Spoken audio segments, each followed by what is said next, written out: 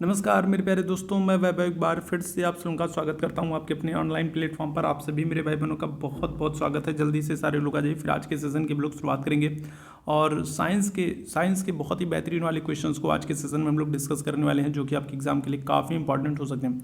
तो जितने मेरे भाई बहन जुड़ते चल रहे हैं, आप सभी लोगों से निवेदन करूंगा कि सेशन को लाइक कर दिएगा, शेयर कर दिएगा, चैनल पर पहली बार होंगे तो सब्सक्राइब जरूर कर लिएगा। तो चलिए शुरू करेंगे आज की क्लास को। पहला प्रश्न आपके सामने दिख रहा है, दूरी मापने की सबसे बड़ी इकाई कौन सी है? क्या आंसर करेंगे? प्रकाश वर्ष है, खगोलीय इकाई है, पारसेक है, या फिर इनमें से कोई नहीं। दूरी मापने की सबसे बड़ी इकाई आपसे पूछ रहा है, बताइए क्या हो जाएगा? दूरी मापने की सबसे बड़ी इकाई कौन सी है? क्या आंसर करेंगे? दूरी मापने की सबसे बड़ी इकाई कौन सी है? क्या आंसर करेंगे? प्रकाश वर्ष होगी, खगोलीय इकाई होगी, पारसेक होगी, इनमें से कोई नहीं। क्या आंसर करिएगा?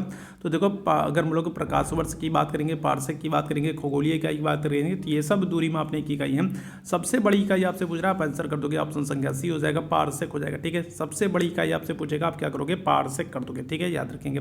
आगे बढ़ेंगे अगले प्रश्न की तरफ। अगले प्रश्न का आंसर करेंगे। अगला प्रश्न आपके सामने है, विटामिन B6 का रासायनिक नाम क्या है? चलिए बताइएगा क्या हो जाएगा? तो विटामिन B6 का रासायनिक नाम क्या है? नियासिन है, पैराडॉक्सिन है, साइनोकोबाल्मिन है, या फिर राइबोफ्लेविन है। विटामिन B6 का रासायनिक नाम आपसे पूछ रहा है। बिहार बीएड वाले मेरे भाई बहनों को पता होगा कि जितना मैंने पढ़ा है वो सब आपके एग्जाम में देखने को मिला है, और बिहार बीएड वाले भाई बहनों का पेपर बहुत ही अच्छा हुआ है।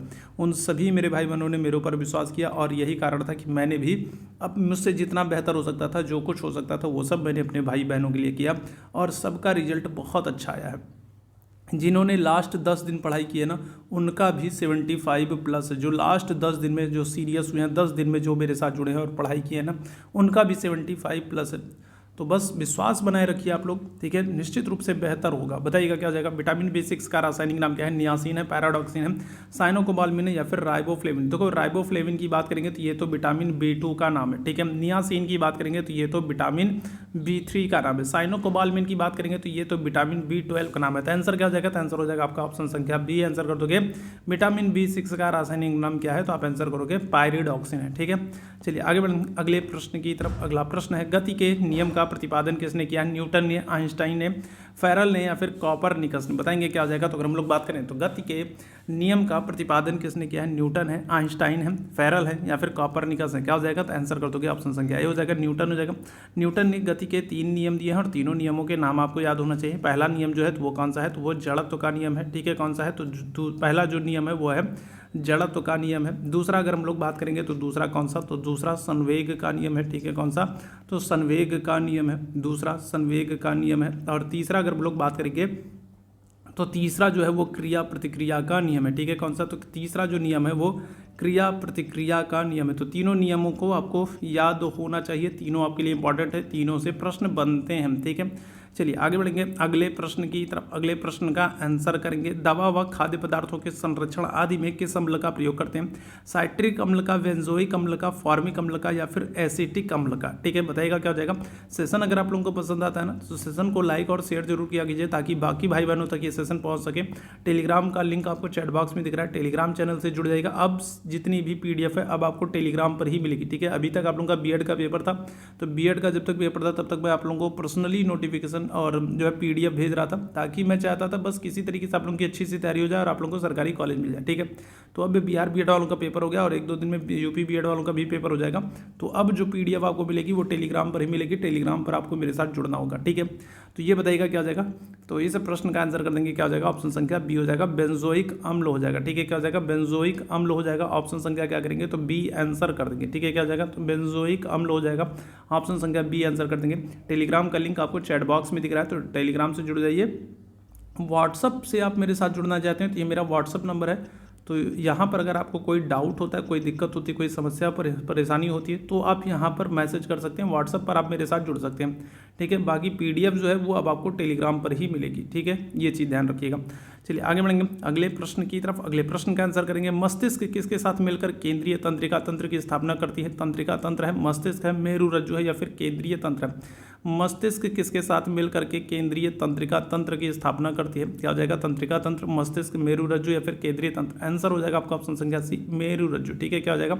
ऑप्शन संख्या क्या हो जाएगा? सी हो जाएगा, मेरु रज्जु हो जाएगा। ठीक है, वर्णांधता किस प्रकार का रोग है? बताइएगा अगर हम लोग बात करेंगे वर्णांधता अगर हम लोग बात करेंगे तो कलर ब्लाइंडनेस किस प्रकार का रोग है, संक्रामक है, उपार्जित है, आनुवांशिक है या फिर जन्मजात है, बताएंगे क्या जाएगा। तो कलर ब्लाइंडनेस की बात करेंगे, ठीक है, कलर ब्लाइंडनेस की बात करेंगे तो ये किस प्रकार का रोग है। अच्छा, यहाँ पर एक चीज़ और मैं बताना चाहूँगा, ठीक है, देखो एक चीज़ और मैं आप लोगों को बताना चाहूँगा, ध्यान से सुन लीजिएगा, ज़्यादा समय आप लोगों का नहीं लूँगा, ठीक है। बहुत सारे ऐसे मेरे भाई बहन है ना जो जिनका बीएड का एग्जाम हो गया ना, तो अब वो एकदम निश्चिंत बैठ गए। निश्चिंत मत बैठिए, अभी आपको बहुत सारी चीज़ें पढ़नी है और बहुत सारे एग्जाम देने हैं, तो निरंतर आप लगे रहिए। ऐसा नहीं है कि बीएड का पेपर दे लिया बस अब तो काम हो गया, अब तो कुछ करना नहीं है, नहीं, अभी बीएड का पेपर हुआ, अब बीएड का पेपर हो गया, आपका नंबर अच्छा है तो आपको उम्मीद है कि सरकारी कॉलेज मिल जाएगा।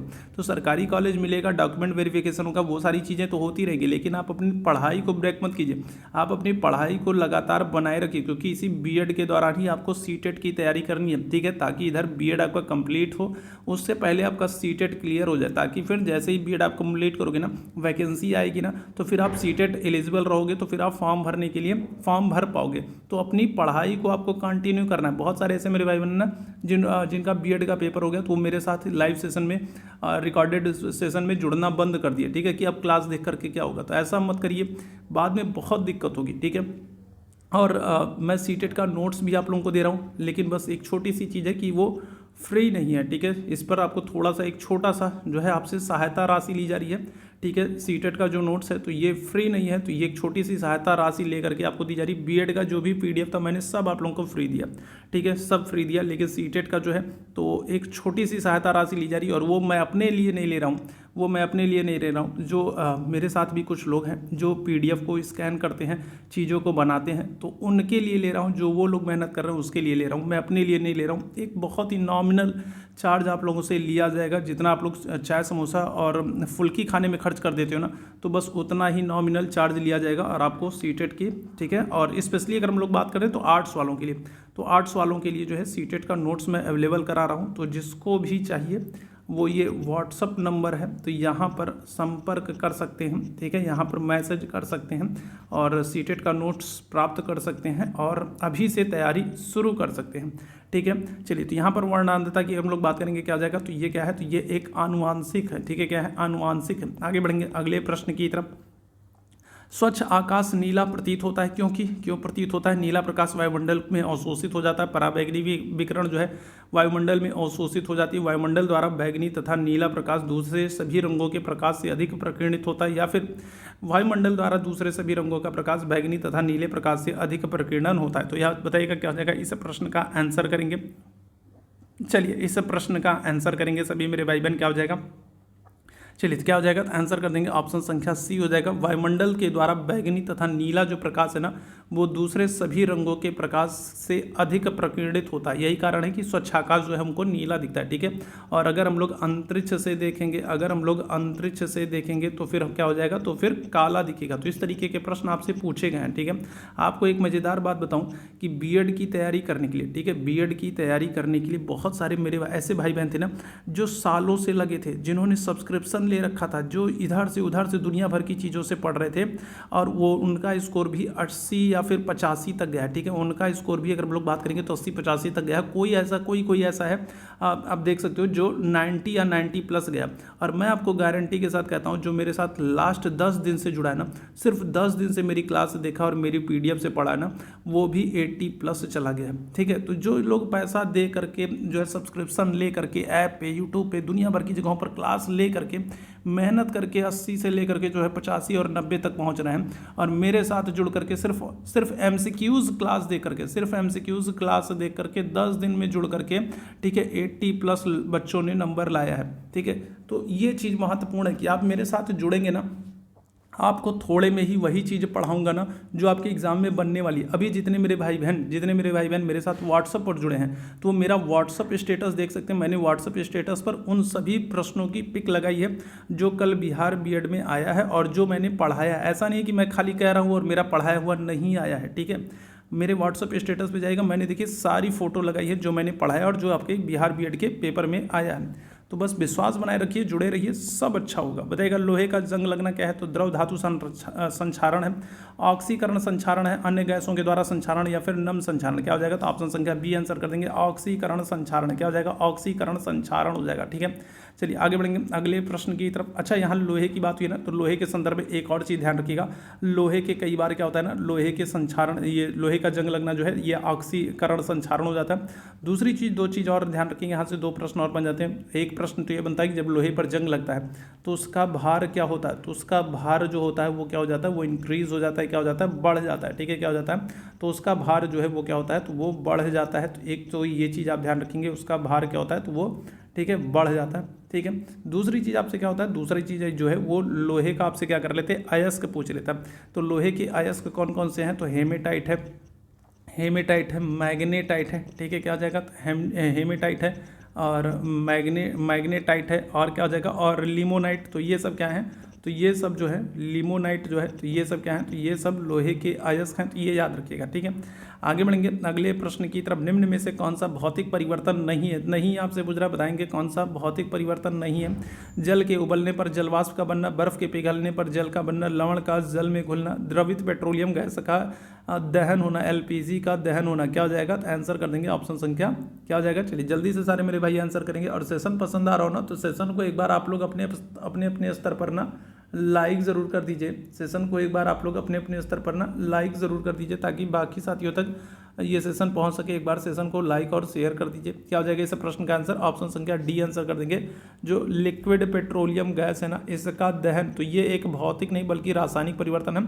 और एलपीजी में अगर हम लोग बात करेंगे तो मुख्य घटक कौन सा होता है, तो आप आंसर क्या करोगे, तो आप आंसर करोगे मेथेन होती है। ठीक है, एलपीजी में अगर हम लोग बात करेंगे, लिक्विड पेट्रोलियम गैस में अगर हम लोग बात करेंगे, मुख्य घटक कौन सी होती है, मेथेन होती है। और मेथेन क्या है, तो ये एक ग्रीन हाउस गैस है। ठीक है, क्या है, तो ये एक ग्रीन हाउस गैस है, ये याद रखेंगे। क्लियर है, आगे बढ़ेंगे अगले प्रश्न की तरफ। अगले प्रश्न का आंसर करेंगे, खाद्य श्रृंखला में शाकाहारी होते हैं, प्राथमिक उत्पादक होते हैं, प्राथमिक उपभोक्ता होते हैं, द्वितीयक उपभोक्ता या होते हैं, या फिर अपघातक होते हैं। बताएंगे क्या हो जाएगा।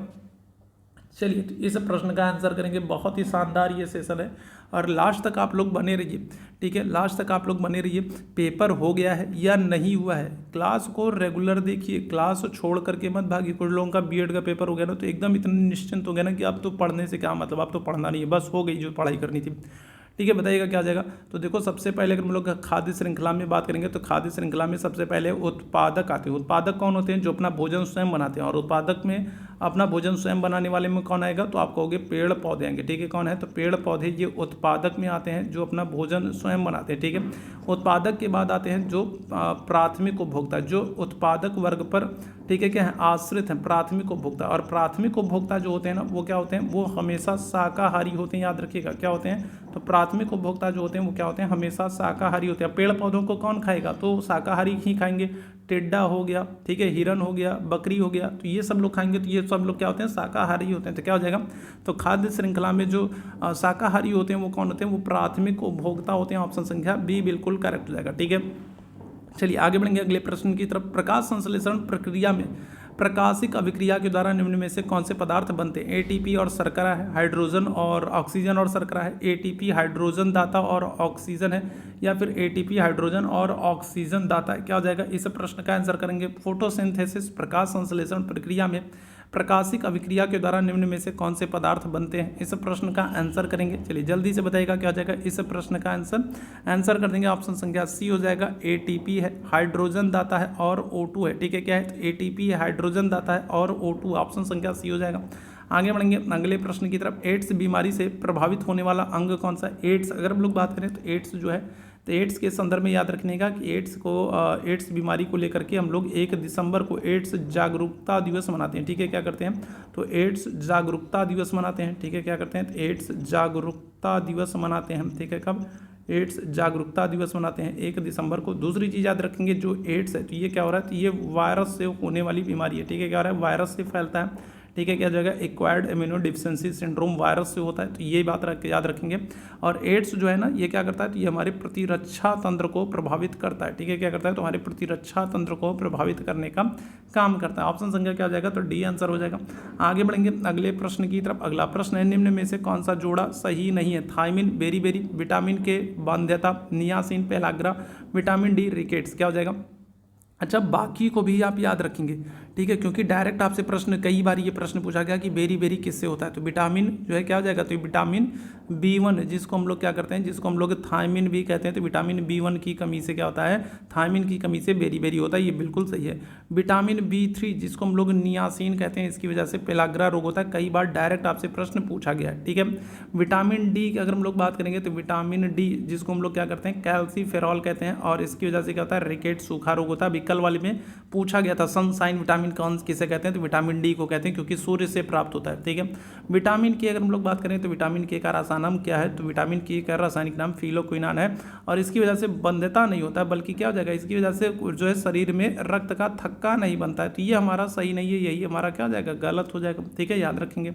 आगे बढ़ेंगे अगले प्रश्न की तरफ। अगले प्रश्न का आंसर करेंगे, सूची 1 को सूची 2 से सुमेलित करना। यहाँ पर मैंने आप लोगों को कूंट दे दिया, बताइएगा कूंट के आधार पर क्या हो जाएगा।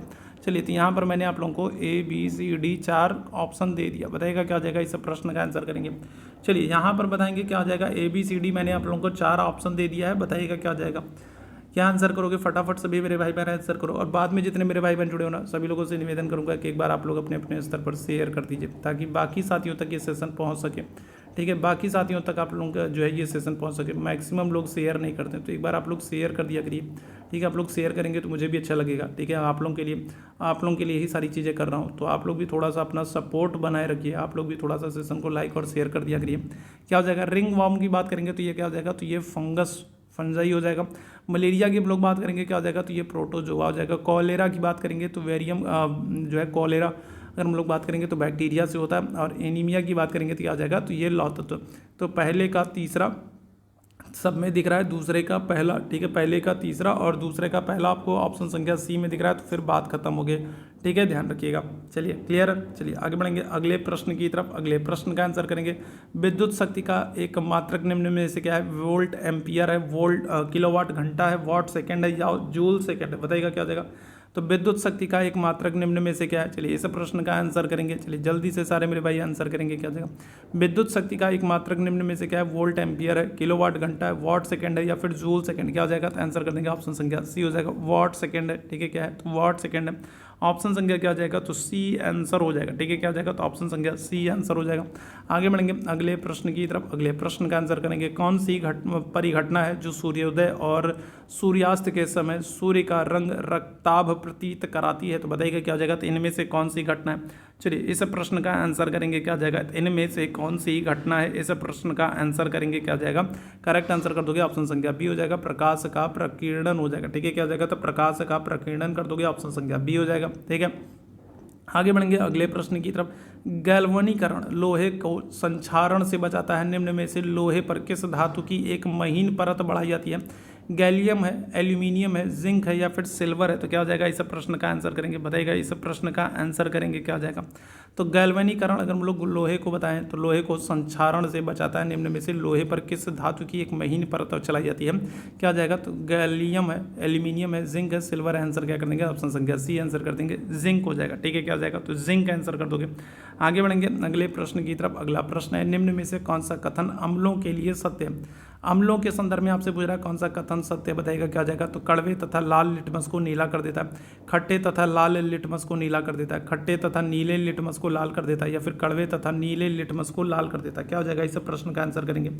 चलिए जल्दी से बताएंगे क्या हो जाएगा। और सेशन को ना सब्सक्राइब भी जरूर कर लो, चैनल को सब्सक्राइब भी जरूर कर लो, ताकि जब भी हम लोग लाइव आते हैं उसकी नोटिफिकेशन आपको मिलती रहा करे, आप लोग टाइम से जुड़ जाया करें। क्या हो जाएगा, तो आंसर कर देंगे ऑप्शन संख्या C हो जाएगा, खट्टे तथा नीले लिटमस को क्या कर देता है, लाल कर देता है। ऑप्शन संख्या क्या जाएगा, तो C आंसर हो जाएगा, ठीक है। आगे बढ़ेंगे अगले प्रश्न की तरफ। स्टेनलेस स्टील हमारे जीवन में बहुत ही उपयोगी है, और स्टेनलेस स्टील को बनाने के लिए लोहे में किसको मिलाते हैं, तो लोहे में हम लोग किसको मिलाते हैं, ये आप बताएंगे, क्या हो जाएगा। तो स्टेनलेस स्टील को बना जो है ये बहुत ही महत्वपूर्ण है हमारे लिए, और स्टेनलेस स्टील को बनाने के लिए हम लोग किसका प्रयोग करते हैं, लोहे में किसको मिलाते हैं। क्या आंसर करेंगे, चलिए जल्दी से सारे मेरे भाई आंसर करेंगे। आंसर हो जाएगा आपका ऑप्शन संख्या ए हो जाएगा, निकेल और क्रोमियम हो जाएगा। ठीक है, क्या हो जाएगा, तो निकेल और क्रोमियम हो जाएगा। ऑप्शन संख्या क्या करोगे, ए आंसर कर दोगे। ठीक है, आगे बढ़ेंगे अगले प्रश्न की तरफ। अगले प्रश्न का आंसर करेंगे, निम्न में से किसका उपयोग सोने को पिघलाने के लिए किया जाता है। क्या होगा, हाइड्रोक्लोरिक अम्ल होगा, सल्फ्यूरिक अम्ल होगा, नाइट्रिक अम्ल होगा, या फिर एक्वाज रेजिया हो जाएगा। क्या हो जाएगा, तो किसका उपयोग सोने को पिघलाने के लिए किया जाता है। क्या आंसर कर देंगे, हाइड्रोक्लोरिक अम्ल, सल्फ्यूरिक अम्ल, नाइट्रिक अम्ल, या फिर एक्वा रेजिया। आंसर हो जाएगा आपका ऑप्शन संख्या डी, एक्वा रेजिया हो जाएगा। ठीक है, आगे बढ़ेंगे अगले प्रश्न की तरफ। अगले प्रश्न का आंसर करेंगे, धमनियाँ वे वाहिनियाँ होती हैं जो कि क्या करती हैं, जो कि रुधिर को हृदय के विभिन्न अंगों से ले जाती हैं, कोशिका में विभाजित होकर सिरा से जुड़ती हैं, रुधिर को एक संवहनी अंग से दूसरे संवहनी अंग तक ले जाती हैं, या फिर ऑक्सीकृत रुधिर को विभिन्न अंगों तक पहुंचाने का काम करती हैं। क्या हो जाएगा, चलिए जल्दी से बताएंगे क्या हो जाएगा, चलिए जल्दी से बताएंगे। तो धमनियाँ क्या होती हैं, धमनियाँ की अगर हम लोग बात करें, धमनियों की बात करेंगे तो ये क्या करती हैं, तो ये रुधिर को हृदय से विभिन्न अंगों तक पहुंचाने का काम करती हैं। ऑप्शन संख्या क्या आ जाएगा, तो ए आंसर करोगे। क्या आ जाएगा, ऑप्शन संख्या ए आंसर कर दोगे। ठीक है, रुधिर को हृदय से विभिन्न अंगों तक पहुंचाने का काम जो है वो धमनियों के द्वारा ही होता है। ऑप्शन संख्या ए आंसर करेंगे। क्लियर है, आगे बढ़ेंगे अगले प्रश्न की तरफ। अगले प्रश्न का आंसर करेंगे, प्रकाश संश्लेषण के संदर्भ में कौन सा कथन सत्य बताएगा। तो फोटोसिंथेसिस की अगर हम लोग बात करें, प्रकाश संश्लेषण की बात करें, तो इस संदर्भ में कौन सा कथन सत्य बताएगा। जल और कार्बन डाइऑक्साइड का अपचयन होता है, जल और कार्बन डाइऑक्साइड का ऑक्सीकरण होता है, कार्बन डाइऑक्साइड का अपचयन और जल का ऑक्सीकरण होता है, कार्बन डाइऑक्साइड का ऑक्सीकरण और जल का अपचयन होता है। इसे प्रकाश, इसका आंसर करेंगे क्या आ जाएगा, चलिए जल्दी से बताएंगे क्या आ जाएगा इस प्रश्न का आंसर। सभी मेरे भाई बहन बताएंगे, बहुत ही इंपॉर्टेंट ये सेशन है। ठीक है, बिहार बीएड वालों का तो पेपर हो गया, लेकिन बाकी अभी बहुत सारे ऐसे राज्य हैं जिनका बीएड का पेपर नहीं हुआ है, तो आप लोगों के लिए बहुत ही महत्वपूर्ण है। आप लोग लगातार जुड़े रहिए और सेशन को शेयर भी कीजिए ताकि बाकी साथियों तक ये सेशन पहुंचता रहे। ऑप्शन संख्या सी हो जाएगा, कार्बन डाइऑक्साइड का अपचयन और जल का ऑक्सीकरण हो जाएगा। ऑप्शन संख्या क्या करेंगे, तो सी आंसर कर देंगे। ठीक है, आगे बढ़ेंगे अगले प्रश्न की तरफ। हरित पादपों में निर्मित भोजन पत्तियों से अन्य भागों में किसके द्वारा पहुंचाया जाता है, तो बताइएगा क्या हो जाएगा। तो हरित पादपों से निर्मित जो भोजन है वो पत्तियों से अन्य भागों में किसके द्वारा पहुंचाते हैं। जाइलम है, फ्लोएम है, कार्टेक्स है, मज्जा है। क्या हो जाएगा, तो मैंने कई बार आप लोगों को जाइलम और फ्लोएम के बारे में बताया।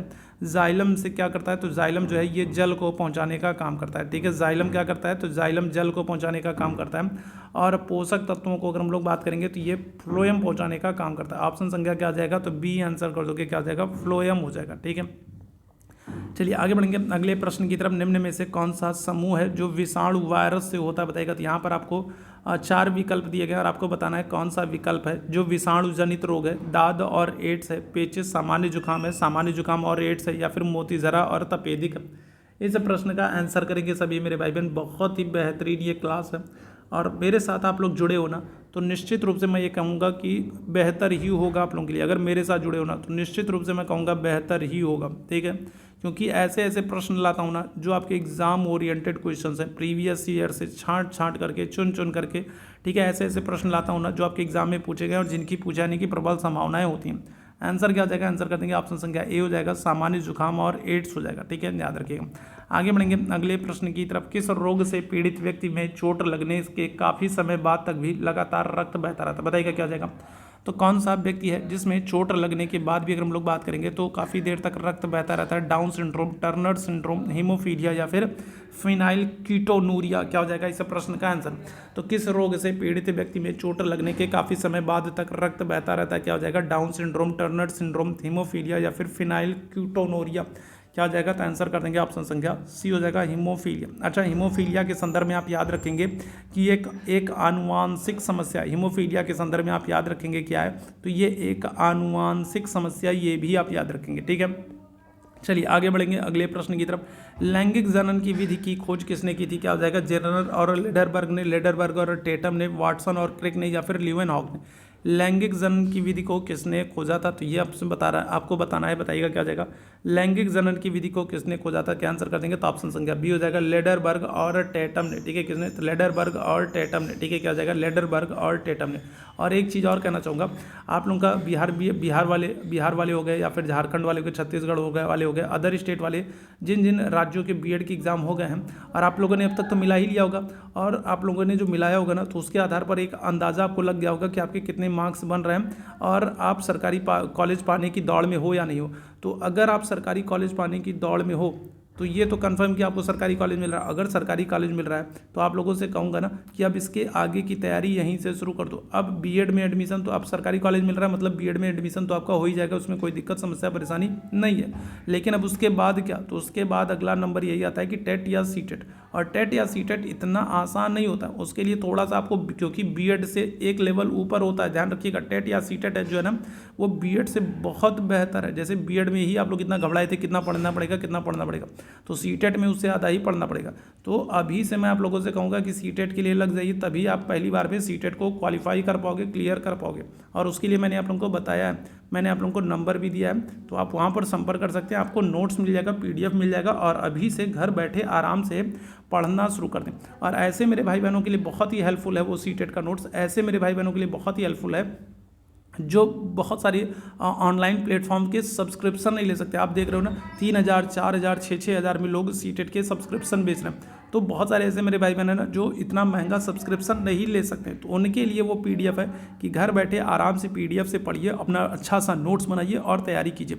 ठीक है। बल का आवेग बराबर होता है, किसके बराबर होता है बताएंगे क्या हो जाएगा। तो बल का जो आवेग होता है वो किसके बराबर होता है, क्या हो जाएगा, संवेग परिवर्तन की दर के, संवेग परिवर्तन के, संवेग परिवर्तन के व्युत्क्रम के, या फिर इनमें से कोई नहीं। तो बल का आवेग जो होता है वो संवेग परिवर्तन के बराबर होता है। ऑप्शन संख्या क्या कर देंगे, तो बी आंसर कर देंगे। ठीक है, आगे बढ़ेंगे अगले प्रश्न की तरफ। पृथ्वी तल से पलायन वेग का मान कितना होता है बताएंगे क्या हो जाएगा। पृथ्वी तल से पलायन वेग का मान कितना होता है, क्या आंसर कर देंगे बताएंगे सभी मेरे भाई बहन।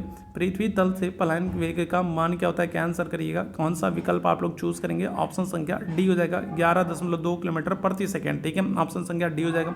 आगे बढ़ेंगे अगले प्रश्न की तरफ। पृथ्वी की ऊष्मा पृथ्वी पर निम्न में से किस प्रकार के संचार माध्यम से आती है। संचरण होगा, विकिरण होगा, संवहन होगा, ताप विनियमन हो जाएगा। बताएगा क्या जाएगा। सूर्य की ऊष्मा पृथ्वी पर निम्नलिखित में से किस प्रकार के संचार माध्यम से आती है। संचरण है, विकिरण है, संवहन है, ताप विनिमय है, क्या हो जाएगा तो बताएगा। सूर्य की ऊष्मा किस प्रकार से अगर हम लोग बात करेंगे क्या हो जाएगा। चलिए इस प्रश्न का आंसर करेंगे, ऑप्शन संख्या बी आंसर करोगे, विकिरण हो जाएगा। ठीक है, क्या हो जाएगा तो विकिरण हो जाएगा। आगे बढ़ेंगे अगले प्रश्न की तरफ। अगला प्रश्न है एनीमोमीटर से मापी जाती क्या हो जाती, मानी जाती बताएगा। वायु की आर्द्रता, वायु की चाल, समुद्र तल से ऊंचाई, या फिर क्या हो जाएगा, या फिर समुद्र की गहराई। तो एनीमोमीटर से क्या मापते हैं, चलिए जल्दी से इस प्रश्न का आंसर करेंगे क्या हो जाएगा। एनीमोमीटर से क्या मापते हैं फटाफट बताओ। देखो समुद्र की गहराई अगर हम लोग बात करेंगे तो ये तो मापते हैं फैदोमीटर से। समुद्र की गहराई अगर हम लोग बात करेंगे तो ये किससे मापते हैं, तो ये कहोगे आप फैदोमीटर से मापते हैं। वायु की आर्द्रता अगर हम लोग बात करेंगे तो आर्द्रता मापते हैं किससे, हाइग्रोमीटर से। ठीक है, किससे, आर्द्रता अगर हम लोग बात करेंगे तो आर्द्रता मापते हैं हम लोग किससे, हाइग्रोमीटर से मापते हैं। ठीक है, और अगर हम लोग समुद्र तल से ऊंचाई की बात करेंगे तो क्या करोगे, तो आप कहोगे अल्टीमीटर से। ठीक है, किससे, तो अल्टीमीटर से क्या करते हैं, समुद्र तल की ऊंचाई। ठीक है, एनीमोमीटर से क्या होती है, तो वायु की चाल। ऑप्शन संख्या क्या आ जाएगा, तो बी आंसर कर देंगे। यहाँ पर ये सारे के सारे महत्वपूर्ण आपसे पूछे जाते हैं। आगे बढ़ेंगे अगले प्रश्न की तरफ। दीर्घ दृष्टि दोष को दूर करने के लिए किस लेंस का प्रयोग करते हैं। अवतल लेंस है, उत्तल लेंस है, अवतल दर्पण है, अवतलोत्तल लेंस का क्या हो जाएगा। तो दीर्घ दृष्टि दोष को दूर करने के लिए किस लेंस का प्रयोग करते हैं, यह प्रश्न आपसे पूछा जा रहा है, क्या आंसर करेंगे। चलिए जल्दी से बताएंगे क्या हो जाएगा, तो आंसर कर दोगे ऑप्शन संख्या बी हो जाएगा, उत्तल लेंस का। ठीक है, किसका, उत्तल लेंस का प्रयोग करेंगे। ठीक है, आगे बढ़ेंगे अगले प्रश्न की तरफ। अगला प्रश्न है न्यूटन के गति नियम के अनुसार बल तुल्य होता है किसके, द्रव्यमान और त्वरण के, भार और त्वरण के, भार और त्वरण 2 बार ऑप्शन दे दिया ना, भार और त्वरण के, या फिर द्रव्यमान और वेग के। बताएंगे क्या जाएगा। तो न्यूटन के गति के नियम के अनुसार बल, जो बल होता है वो तुल्य होता है किसके, द्रव्यमान और त्वरण के, भार और त्वरण के, भार और त्वरण और या फिर द्रव्यमान और वेग। क्या आंसर है, आंसर कर देंगे ऑप्शन संख्या ए हो जाएगा, द्रव्यमान और त्वरण के। ऑप्शन संख्या ए आंसर करिएगा। ठीक है, अगले प्रश्न की तरफ चलेंगे। अगला प्रश्न है इंद्रधनुष निर्मित होता है अपवर्तन से, परावर्तन से, विक्षेपण से, या फिर ये सभी से। इंद्रधनुष की अगर हम लोग बात करें तो इंद्रधनुष का निर्माण होता है अपवर्तन है, परावर्तन है, विक्षेपण, या फिर ये सभी। क्या हो जाएगा, तो यहाँ पर कर दोगे ऑप्शन संख्या डी कर दोगे, ये सभी हैं। ठीक है, क्या हो जाएगा, तो यहाँ पर ये सभी ऑप्शन में कर दिया है, तो आप ये सभी आंसर करिएगा। इंद्रधनुष का जो निर्माण होता है अपवर्तन भी हो रहा है, परावर्तन भी हो रहा है, विक्षेपण भी हो रहा है, तो फिर यहाँ पर आप ये सभी कर देंगे। ऑप्शन संख्या डी आंसर करेंगे। ठीक है, चलिए आगे बढ़ेंगे अगले प्रश्न की तरफ। अगले प्रश्न का, लाल रंग का उपयोग खतरे के संकेतों के रूप में किया जाता है क्योंकि यह भय उत्पन्न करता है, प्रकीर्णन कम होता है, प्रकीर्णन अधिकतम होता है, या फिर इनमें से कोई नहीं। क्या हो जाएगा, तो लाल रंग का प्रयोग जो है वो खतरे के संकेतों के रूप में किया जाता है। कारण क्या हो जाता है, क्या आंसर कर देंगे, क्योंकि इसका प्रकीर्णन कम होता है और यही कारण है कि ये दूर तक दिखाई पड़ता है। ऑप्शन संख्या क्या हो जाएगा, तो बी आंसर कर देंगे। क्या हो जाएगा, ऑप्शन संख्या बी आंसर कर देंगे। ठीक है, आगे बढ़ेंगे अगले प्रश्न की तरफ। अगले प्रश्न का आंसर करेंगे, सूर्यास्त और सूर्योदय के समय सूर्य की किरणें अधिक दूरी तय करती हैं, कारण क्या है? प्रकीर्णन द्वारा लघु तरंगों को हटाया जाता है, प्रकीर्णन द्वारा दीर्घ तरंगों को हटाया जाता है, प्रकीर्णित तरंग दैर्ध्यों की आवृत्ति कम हो जाती है, या फिर विकल्प ए और बी दोनों हो जाता है। क्या हो जाएगा? तो सूर्यास्त और सूर्योदय के समय अगर हम लोग बात करें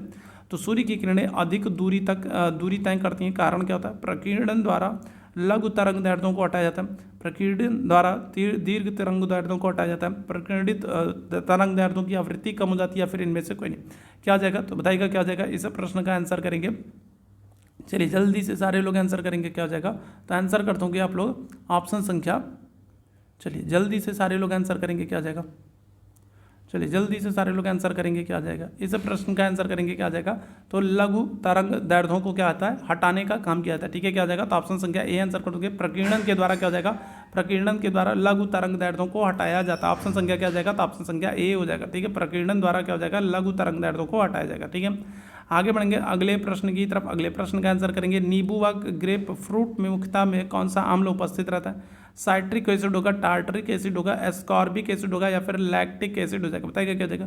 तो नींबू व ग्रेप फ्रूट में मुख्य रूप से कौन सा आम्ल उपस्थित होता है? साइट्रिक एसिड होगा, टार्टरिक एसिड होगा, एस्कॉर्बिक एसिड होगा, या फिर लैक्टिक एसिड हो जाएगा? बताइएगा क्या हो जाएगा? तो इस प्रश्न का आंसर करेंगे भाई, नींबू व ग्रेप फ्रूट में मुख्य रूप से कौन सा अम्ल उपस्थित होता है? इस प्रश्न का आंसर करेंगे। चलिए जल्दी से सारे लोग आंसर करेंगे, तो क्या हो जाएगा? तो आंसर कर दोगे आप लोग ऑप्शन संख्या ए आंसर कर दोगे, साइट्रिक होता है। ठीक है, क्या हो जाएगा? तो अगर हम लोग बात करेंगे कौन सा, तो नींबू व ग्रेप फ्रूट में कौन सा, तो आप आंसर कर दोगे, ठीक है, साइट्रिक।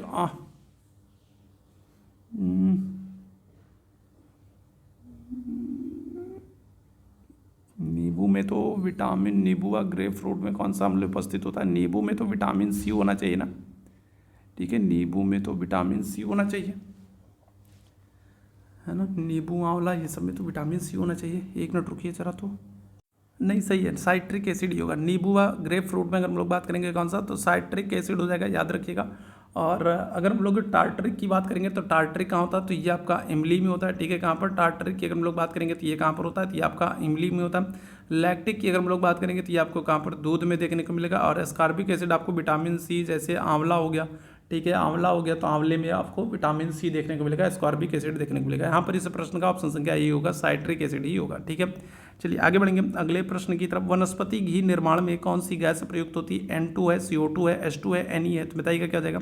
तो कौन सी वनस्पति घी के निर्माण में कौन सी गैस का प्रयोग करते हैं? इस प्रश्न का आंसर करेंगे, क्या हो जाएगा? तो वनस्पति घी के निर्माण में कौन सी गैस प्रयोग करते हैं? बाद में जितने मेरे भाई बहन जुड़े हैं, आप लोगों से निवेदन करूंगा कि सेशन को लाइक और शेयर जरूर कर दीजिएगा, ताकि बाकी साथियों तक ये सेशन पहुंच सके। टेलीग्राम से नहीं जुड़े हैं, टेलीग्राम चैनल का लिंक आपको चैट बॉक्स में दिख रहा है, तो टेलीग्राम चैनल से जुड़ जाएगा, वहीं पर आपको इस क्लास की PDF मिलेगी।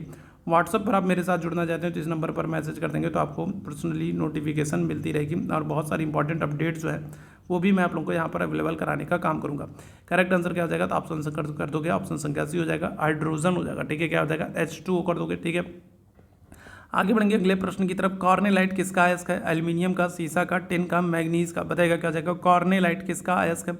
इस प्रश्न का आंसर करना है, बताइएगा कॉर्नेलाइट किसका अयस्क है? क्या हो जाएगा? एल्यूमिनियम का, सीसा का, टिन का, मैग्नीशियम का? आंसर कर देंगे ऑप्शन संख्या डी हो जाएगा, मैग्नीशियम का। ठीक है, किसका? तो मैग्नीशियम का अयस्क है कॉर्नेलाइट। आगे बढ़ेंगे अगले प्रश्न की तरफ। अगले प्रश्न का, संचायक बैटरी में कौन सी धातु का इस्तेमाल होता है? तांबा का, लोहा का, सीसा का, जस्ता का?